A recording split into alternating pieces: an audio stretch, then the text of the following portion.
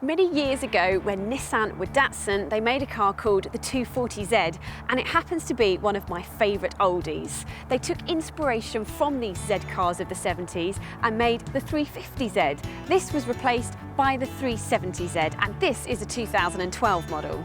What I really like about this coupe is its looks. Check out the strong muscular wheel arches and beautiful but bold curves. It really is a head turner. The interior has been well styled too, with the sporty instrument cluster and brushed aluminium finish. It looks well put together with some good quality materials. Well, I really like the soft touch here, here and here on the interior. And for a sports car, storage is not bad either, because we've got one there. It also passes the CarBuyer big bottle test. We've got a cup holder there, more storage there, and a cup holder in the door bin as well. In fact, it is very driver orientated, because when you move the steering wheel, you also move the dials as well, so you can always see them. And the seat controls are in an old-fashioned place, but actually I quite like that because they're easy to get to. And then in terms of spec, you get Xenons, Bluetooth, climate control, and push-button start as standard.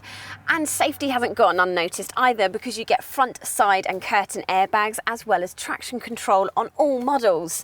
But with 328 brake horsepower to play with, I'm pretty keen to get driving.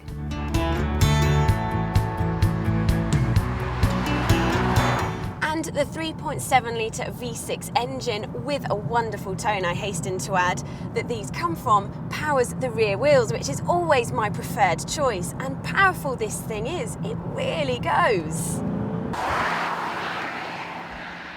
It does 0 to 60 in just 5.3 seconds.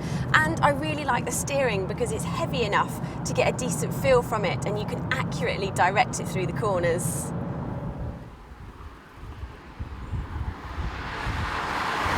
This is aided by the precision of the 6-speed manual gearbox. And if you go for a GT, you get rev match technology for brilliantly smooth downshifts. But today we're not in a GT, so I'm going to have to heel and toe myself.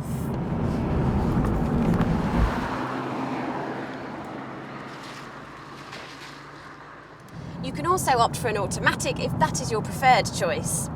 I really have to tell you, this car is so much fun to drive, and thanks to its sport suspension, it's fairly composed around the corners as well. However, that won't suit everybody's tastes. You won't be very popular with your passenger, for example, if they're trying to sip a hot drink. And if I'm being really picky, it doesn't handle as well as a Toyota GT86, and one of those is a lot cheaper. But it's no surprise, because this is a heavy lump of a car. And that brings me on to some more negatives. The road noise is very intrusive. I've been driving around with my music on to try and drown it out, but then you don't get to hear the V6 tone. One thing that you might hear though is the low fuel bing, and you'll have to get used to that, because boy does this thing drink fuel. Official figures are 26.7 mpg, but you don't buy a car like this and drive at 20 miles an hour below the speed limit, do you? Then there's the visibility over your shoulder. You're going to have to be clever with your mirrors on slip roads and overtaking on the motorway.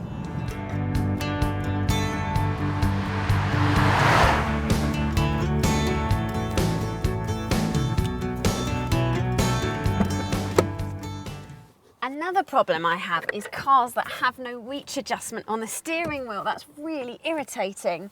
And if you look a little bit closer, you'll see that some of these switches are reminiscent of a 1992 Skyline. I think it's about time Nissan updated some of their switchgear. If you look at a BMW Z4, for example, it makes the whole interior feel a lot more upmarket.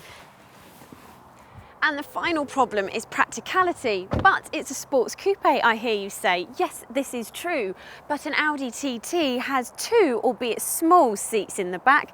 This has none. It also has a very shallow boot. And if it wasn't for this flexible parcel shelf, you wouldn't even fit one suitcase in.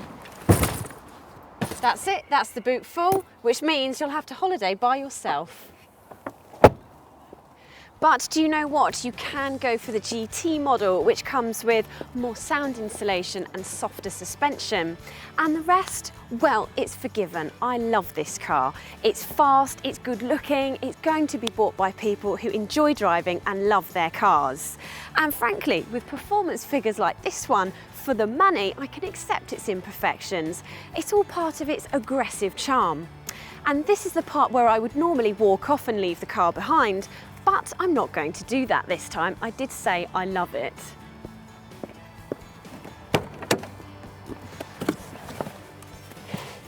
Subscribe to the CarBuyer channel for our latest videos. Click here to see our reviews of other sports cars.